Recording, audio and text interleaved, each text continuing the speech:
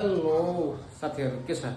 Finally मैले यो कोठामा पार्केटिङ लगाए जुन कि हजुरले हेर्न सक्नुहुन्छ एकदम दामी देखिरहेछ।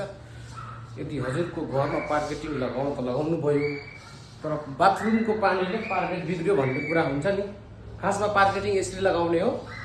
कन्डिसन अनुसार, रुलको कन्डिसन अनुसार चाहिँ यो यतापट्टि टोइलेट छ भने हामीले यसरी लगाउनु पर्ने हुन्छ। जुन हजुरले हेर्न सक्नुहुन्छ यतापट्टि तपाईको बाथरुम पनि पर्यो हैन, टोइलेट पर्यो। अब यति जस्तो कि यसरी पार्केटिङ लगायो भने तपाईको यहाँनेरि तपाईको पार्केटिङ बिग्रियो भने बनाउन मिल्ने के। यस्तो हिसाबले गर्नु पर्यो कि तपाईको पछि यहाँ बिग्रियो भने त्यति मात्र खोलेर मेन्टेनेन्स गर्न सजिलो होस् के। धेरै सरहरूले भन्नुहुन्छ कि मेरो कोठामा यसरी पार्केटिङ राखिदिनु राम्रो देखिन्छ भन्नुहुन्छ हैन।